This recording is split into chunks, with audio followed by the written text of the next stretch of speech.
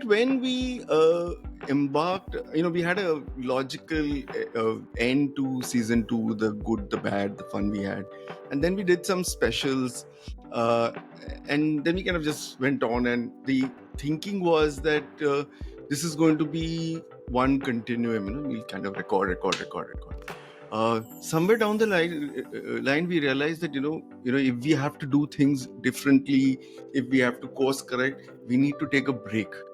So that begs the question that how do you end something which you like kind of never really started? Because when I started looking at the start of season 3, I couldn't find an episode which started it. But anyway, here's our effort to try and end something that we probably didn't want to end or didn't start in the first place.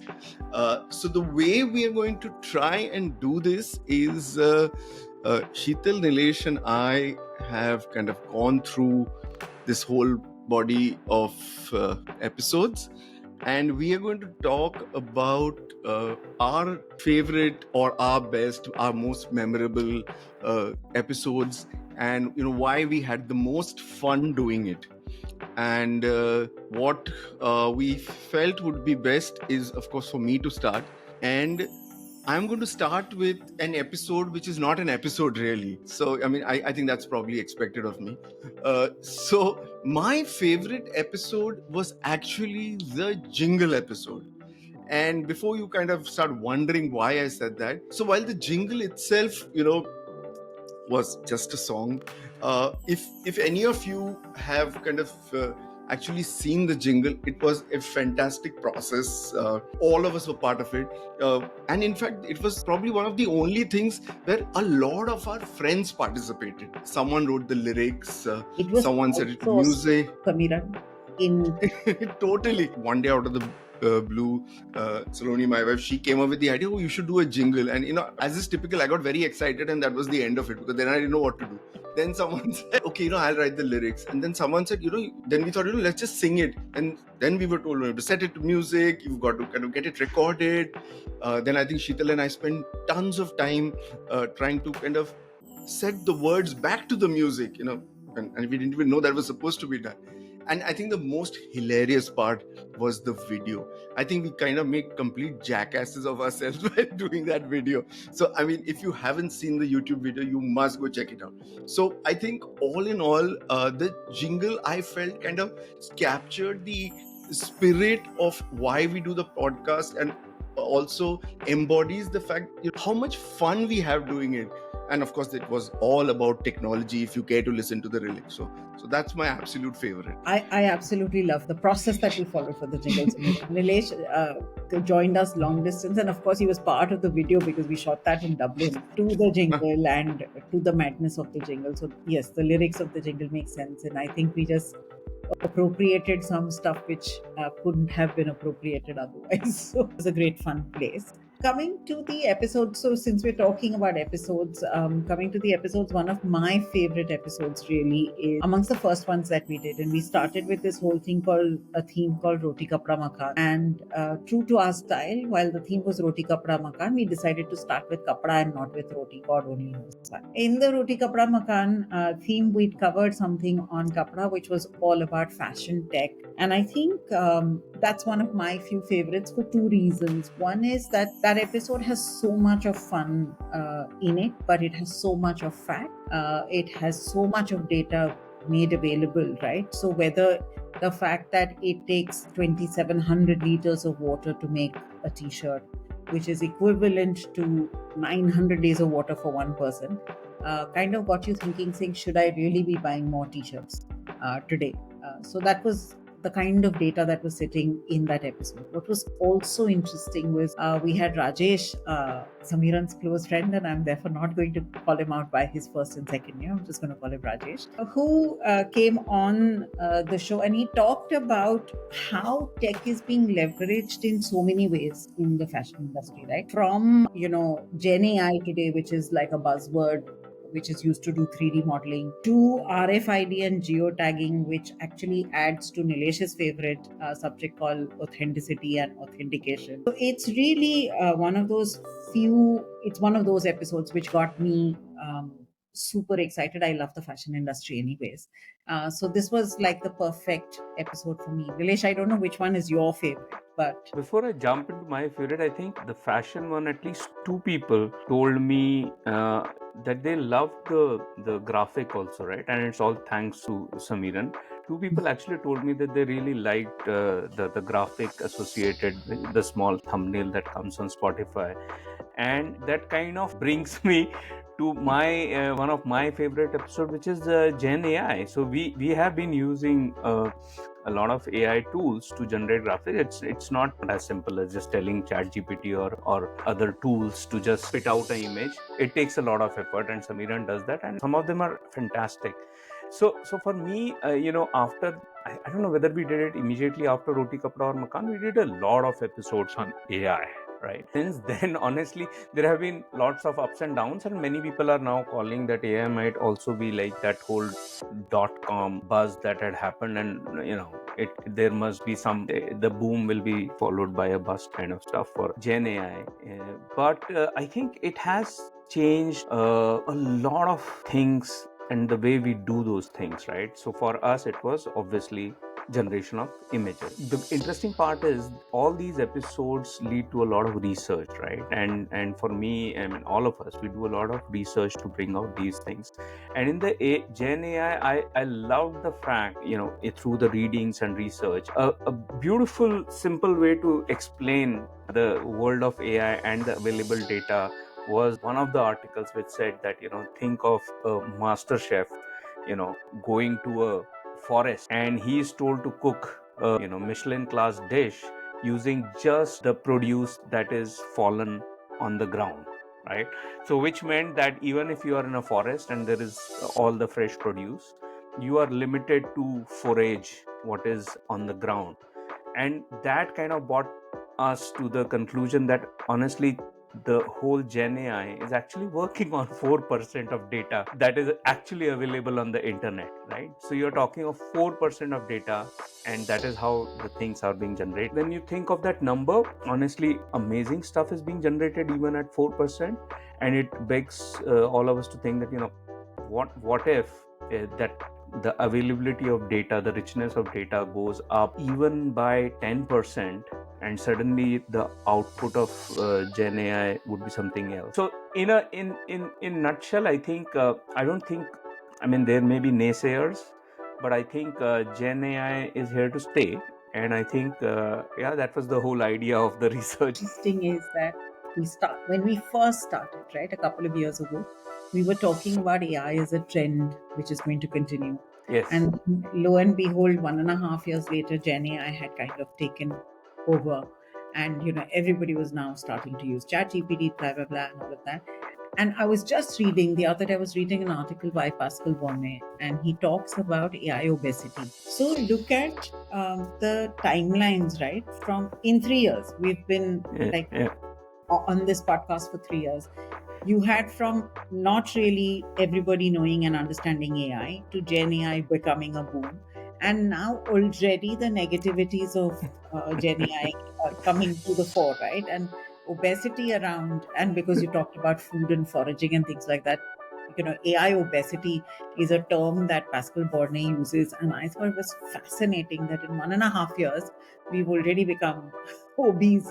Yeah, and in fact, this foraging, so this, I think we probably talked about this, but there was this amazing cookbook that I had come across, and don't ask me why I came across it again, but it was called the Antarctica Cookbook, okay? And this was written by these people who were living in this Antarctic base station, and lo and behold, obviously, they had recipes, but they could never make everything, right? Because you had only 40% of the ingredients.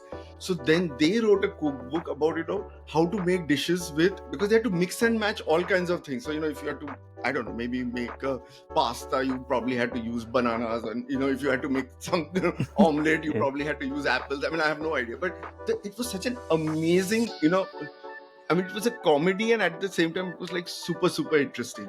And I think that remember initial days of mid journey, right? Uh, The thing that you are saying, that in Antarctica, if you had 40% of stuff and you had to make a dish, you mix and match. I remember we creating those images having maybe 6 fingers and two Oh yeah, noses. yeah, yeah. Oh my God. I mean, and in fact, we had this whole thing about how Midjourney was not able to create a single banana. Yeah. So then they kind of went and fixed it, and then I tried with a single grape, and then that was difficult. But maybe they fixed that also. But yeah, it is the logic is very very, I mean, flawed in some way. But yeah, I guess it's work in progress. So in fact, that kind of, I think like Sheetal said, this naysaying or skeptics of AI and all is there. I've been kind of just trying to figure out why is there so much work. So very very interesting piece of information that I gathered is that so modern artificial intelligence is kind of Turing plus. So it's like 1950s 50s 56, there was this big conference there, blah blah. So because we call it artificial intelligence, we kind of attribute a lot of human qualities and cognitive qualities to this piece of technology. So there are a lot of people who kind of believe that that's not true. And in fact, there was a conference on AI in the I think it's some between technologists in the church. It was called the Pontifical Academy of Science in Rome or something. So they actually hypothesized that you should not be calling it artificial intelligence. You should kind of rename it, and you should call it something which is defines its scope. And so they came up with this very interesting name which kind of defines it perfectly. It's called systematic approaches to learning algorithms and machine inferences. And if you anagram that, it actually turns out to be salami. And the whole intent there was that the moment you call when you call something artificial intelligence, it sounds profound. You call something salami, and you can never then say the salami has emotions, or salami will acquire personality, or can you fall in love with the salami? Can a salami become more superior? So I mean, that was one way of going with that. So on to my second kind of favorite thing, and that also is kind of a bit overarching, and it's a mix of what Nilesh talked about with this whole process of shorts. So I think the shorts is a bit like a jingle project for me, because starting from coming up with facts themselves, that itself is kind of a whole different story. Then trying to say all kinds of crazy stuff, and then trying to figure out a way to illustrate that, because you can say anything. You can talk about baboons and bananas and mummies needing passports and what have you, but now you have to illustrate that. So that used to be one challenge. The second challenge used to be come up with a title. Every time you came up with said something ridiculous, you had now you have to kind of compress that into a title which kind of explains it. And then of course there was the description and all of that. But I think the beauty of the short creation, I think we all kind of underwent that you read such interesting stuff, and it sparks so many other crazy ideas, and develops and encourages a process of just reading. I mean, I remember I found this thing about the ass fruit and what have you, the goats and Google grazing. I think we talked about James Bond. Why does James Bond have it shaken, not stirred, and it's got to do with temperature, blah blah, and beer flooding and what have you. So I think the whole process was just crazy. It's super fun. And I think again, we've had a lot of people telling us that when we are stuck in traffic, we kind of listen to this. When we have when we just bored. And in fact, the classic case I think was Sheetal's nephew, who actually wanted to buy something that we talked about, and we had no clue that he said it was those inflatable jeans as a self-defense mechanism. So, Miran, every time you kind of talk about naming or shorts, I always think of I always thought you were inspired by young Sheldon, because every time, if you think of all the episodes that young Sheldon has, they're all similar sounding. So, young Sheldon has episodes like A Patch, a Modem, Zantac, or, there's another one Oh, which is called a Brisket, Voodoo, and Cannonball Run. And I always felt that our episodes, and it was quite strange because I was watching young Sheldon at the time that okay. We had just started, but you were the one who was putting together the names, and I kept thinking, my God, is this like serendipity, or is it that he's also thinking? Actually, I had no clue. I had no clue. I mean, I used to just try to do it to kind of capture get people to, give them a sense of the episode without revealing too much. Well, that's You know, exactly what Young Sheldon is all also about. okay. So I'm not so young, Sheldon then. I always used to enjoy the way we used to craft, though I must admit that all our episodes are crafted that way, not just the shorts. I think all our episodes have very interesting names, and that's something that a lot of people have called out to me, saying that it's the artwork and the name which makes it so interesting. It also communicates everything we stand for, right? Fact that it's a fun tech podcast and not a boring podcast, where if you see a lot of the other names are very to the point, very jargonistic in their titling, whereas ours are always fun. It creates a sense of curiosity, and you kind of say, "Listen, I want to know what they're doing over there." So I think we should continue to keep that. So I think I for the longest time I think we spend a lot of time doing that, and sometimes I wonder whether it's right. The artworks and just all of that itself is a great repository of. If you look at all the artworks together now you really, oh wow, it's like there's so much. It's so much fun, just looking through it. You realize that how different tools behave. Okay, so I have been playing around with multiple of them because the same thing doesn't use. So DALL-E behaves in a very different way from Midjourney, and tried some of these the Adobe GenAI and all that. So each one of them, though you may think that it is some LLM tool, but it behaves differently. And at one point, an unnerving feeling that they are probably kind of developing a sense of humor and becoming comical, or they're kind of becoming like me, because when I say something, it kind of comes up with something really stupid. Absolutely. Do you want to, Nilesh, kind of talk about the shorts that you love the most? Because I have a lot of favorites, but honestly finding, just as it was difficult finding episodes that I could say they are my favorites. Like on the episodes front, I loved two other interviews we did. One was with Rahul Makhan on the entire theme on privacy, on GDPR, on the fact that India has developed a third way of looking at data privacy and data protection and things like that.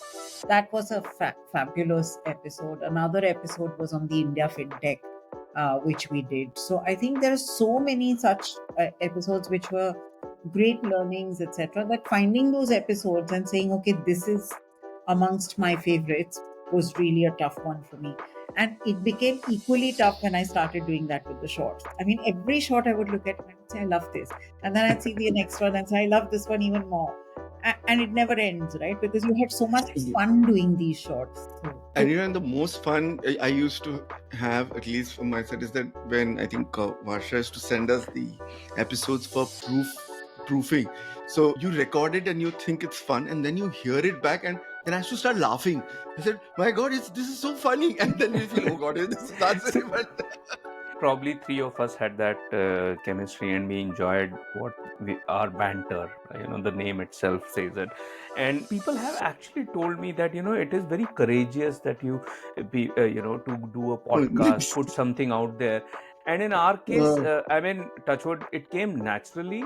And when we heard it back, it didn't sound so stupid at all, right? I mean, we enjoyed it. Okay, so I think either people used to tell me, that's so courageous that you put something out there, a podcast, and I thought, okay. I mean, I was just having fun. Okay, courage was not really the part of it.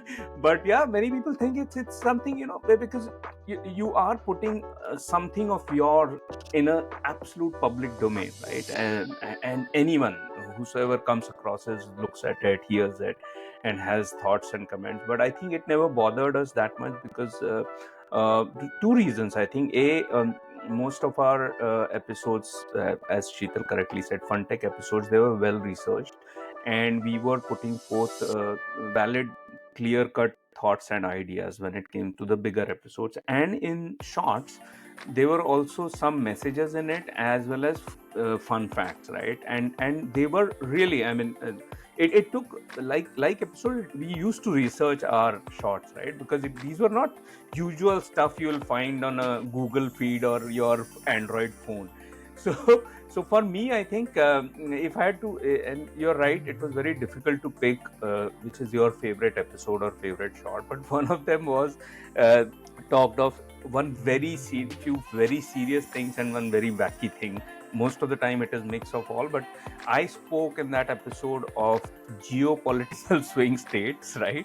And honestly, I came across this article which was amazing, which said that India is one of the geopolitical swing states now. It lends a lot of strength to Indian politics, and we can see that in our foreign minister how we deal with international situations, because we know that we hold that kind of a sway in the international circles. So that was one part in the shorts. The other part was completely wacky, about a peanut butter sandwich being stuck in a VCR. So it was like, wow, you're talking of a chat GPT, telling in a, I think, some very biblical style of how to remove a peanut butter sandwich that is stuck in a VCR.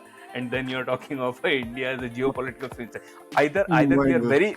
that tells us we are very courageous. And believe me, it was so crazy trying to come up with an image, because I think we kind of talked, I think, about, I think in that same episode, I think we talked about Donald Duck's sister or Yes, something. I Yeah. yes, said, my yes, yes. God. I said, my God, like, how do you put all of this together? And the worst thing that's happened with all of this, I mean, kind of those things, is that because we tend to write everything in a tongue in cheek way, I have realized that I started writing everything like that, which is very dangerous.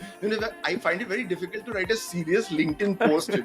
So then I just say something stupid in the middle of that. So that, in fact, I think that that's a silly thing about that Times Square thing, right? So it's just I put something there, but I couldn't help but mention the fact that how I'm trying to convince Sheetal and you to put up the R holding on the Bandra Sibali ceiling. So Nilesh, after he sends me this saying that he has this point 0.8 seconds or whatever fame on Times Square, he writes to me and says, "Nobody knows you in New York, right? So you put up the hoarding on Times Square." That was the madness, and I was just thinking, if I allow him to do that, I don't know what our next shorts is going to be like, right? So I just put a pause on it. Every time he sends me an article, he writes and says, "What do you think of this?" I'm constantly looking for those moments where he's done all the things that I would edit on the show in his article. I'm saying, okay, maybe you need to cut this out, or maybe you need to edit that out. I just play the role, I think, of making sure he doesn't take everything that we don't allow him to say on the show into his articles. So it's quite funny to do that. But my favorite one, Nilesh, just like yours, so mine doesn't have, actually, I don't know if it has anything serious in it, right? But it is so it's so amazing because it is again very well researched, right? So the one that I like is the one which has bananas, brown M&Ms, and dinosaur pee, right? And if you actually listen to the short, while whatever the title may say, you really talk in depth about the Millennium Camera, which is there in uh, Tuscan America, Arizona, right? Where they're recording a Yep. millennium in one go. And that's so fascinating because um, while the name is so different, it doesn't tell you that there is the Millennium Camera in that shots which is being covered and captured. So I love that one because it has this very serious database thing, which is a Millennium Camera. It also has a very interesting thing, which is a little bit again of our reflection, which is we bring in music and art and culture and everything into it, and therefore the story of the brown M&Ms, right? Which is one artist or one group which wants only brown M&Ms kept in their rooms, which is so fascinating. So, and then of course, Samiran's favorite, which says that part of our DNA is the DNA of a banana, and the most crazy one on that one is really the fact that we all may be drinking dinosaur pee because that's where the water has kind of recycled and come to. It put me off water for a couple of days, but that's how extreme it is, right? And I love the shorts for that, for the fact that they're extremely well researched. But they're facts that catch you by surprise. They're not things that you read in in regular places. So it's not like a book. It, So, but what a nice way of teaching people a water cycle, right? Dinosaur pee and the water cycle. I mean, normally we used to learn like and then evaporation. time for you to do time for you to create another mid-journey artwork on the recycling of water and how dinosaur pee is part of the water we drink. Might be an interesting one. So that's really my favorite one. And yeah, Samiran, go ahead. Which is your favorite shorts? No, so I think I think like it's like a family of shorts only. So, in fact, for me, when I was kind of thinking about all this stuff around generative AI and all that, so I said, let's look at all of these generative AI tools. Basically they have this problem that they aim to please. Okay, so if you ask it a question, it never tells you I don't know. So the classic case in point, was that we were actually celebrating my wife's bua's 80th birthday, and we were she was looking for songs which talked about cooking, Hindi movie songs. They talked about cooking and all that. And somebody came up with some, we looked at that regular movie like, Bawarchi, and, there must be some song like that. And we asked ChatGPT that, give us the name of the song. So ChatGPT named a movie, gave us the lyrics and everything. And we said, wow, I mean, we didn't even know. And lo and behold, no such movie existed. Wow. That movie didn't exist. It gave the full lyrics of the movie, the song, and everything. And we were super excited. It's wow, man, now we're going to play this song and we're going to do this stuff. And there was no movie. So anyway, so I think the point there is that one of the things that people, and to the naysayers, that they say is that this need to please and the need for hallucination is kind of a bit of a danger point. So I thought, let me kind of dig deep into this problem of hallucination. So what I discovered that there was this philosopher, theologist, whatever his name was, Harry Frankfurt, and in 2000 he wrote this book, it was actually like a big pamphlet. It was called On Bullshit, which he articulated the concept of bullshit and how it is distinct from lying. So he said that lying actually involves hiding the truth, while bullshitting involves a lack of regard for the truth. So which means while a liar is, kind of, he knows the truth but he is hiding it, a bullshitter is actually a person who doesn't care whether it's true or false. Okay, so in that sense, obviously the recent article kind of goes on to talk about certain Western politicians and how they bullshit and the Boris Johnsons and Trumps, and they just say anything, right? And they said that so bullshit is worse than lying. And I found a couple of academic papers that actually talk about are LLMs liars or bullshitters and all that. I said, wow, man. Therefore, are you saying that GenAI is a bullshitter or a liar? Or is it No, it is a so the theory is it is a bullshitter actually. So basically it doesn't have any regard for the truth is the worry. Because of this need to please. It will never tell you that I don't know something. so And so fascinating, Samiran, because from a research perspective, typically it has always been believed that women have been brought up to, with enough thrown into their heads where they are always trying to please people. But the people who code AI are really typically men. I mean, undoubtedly. So And that yet, is beyond question.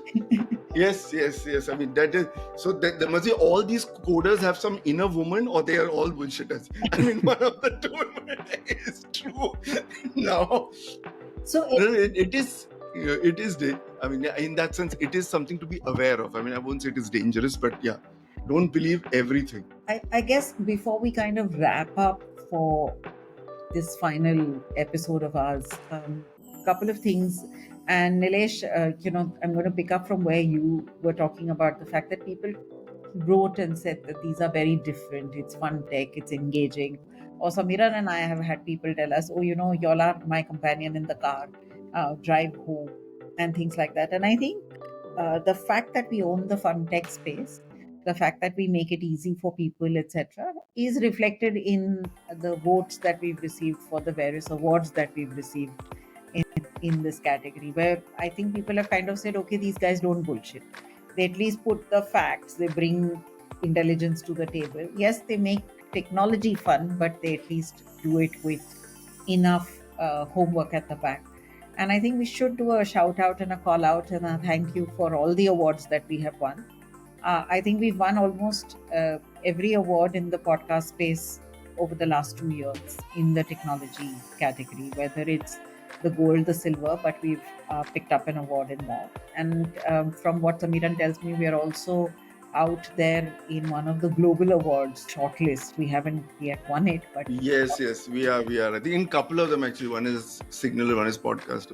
So I think Sheetal has been our private joke about how we are winning awards. So we are kind of literally like the Om Puri, Nazruddin Shah, and Smita Patil of podcasting, as opposed to the Shah Rukh Khan, Amitabh Bachchan, and Alia Bhatt. We are winning awards, but we are not getting any money. And honestly, yes, shout out to all our listeners, and none of these awards are bought awards, right? I mean, there is all that bullshit also there where people go and We have buy no awards. money, so I mean, We have no that's money. the point. Exactly, there's no money to Why?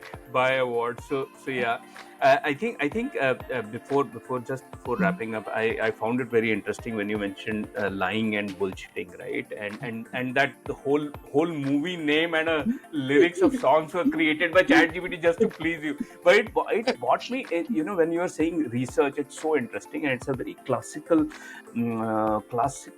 problem which I would love our listeners to go and research, right? And I'm sure they would have heard it, but there is a lot of study that has been done on that problem. The problem is very simple, okay, and it comes to lying and bullshitting. I'll come to that.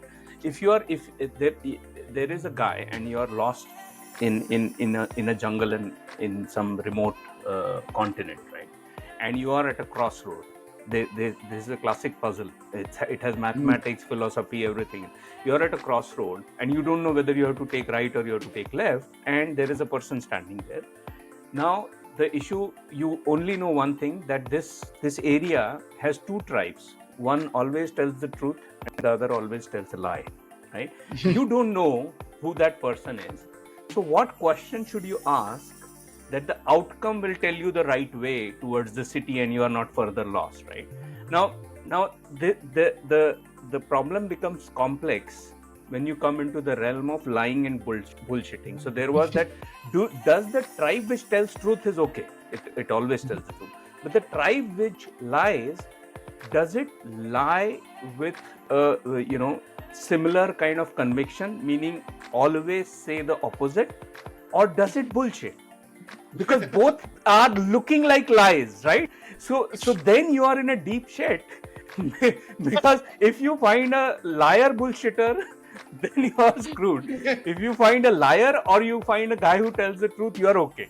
So I think that was an interesting thing that you brought up, Samiran. And I think for our podcast, we can genuinely say that we are only telling the truth. There is no lying or bullshitting. It's just true facts, not churned out by ChatGPT. And this kind of brings us to end of another episode of 3TB, and this is the episode where we take a pause for multiple reasons. One is I am off for almost a month, trying to set up my son in his US college, and also that I am on a break. But at the same time, I think we are trying to also look at ways and means of enriching our content, right, with probably different kind of possibilities of mediums, right? We are just doing podcasts, but maybe there are other opportunities and avenues that we need to look at. So this is a kind of a period where we'll take a pause and we'll re-engage with our audience in a similar or a newer avatar and probably some newer formats.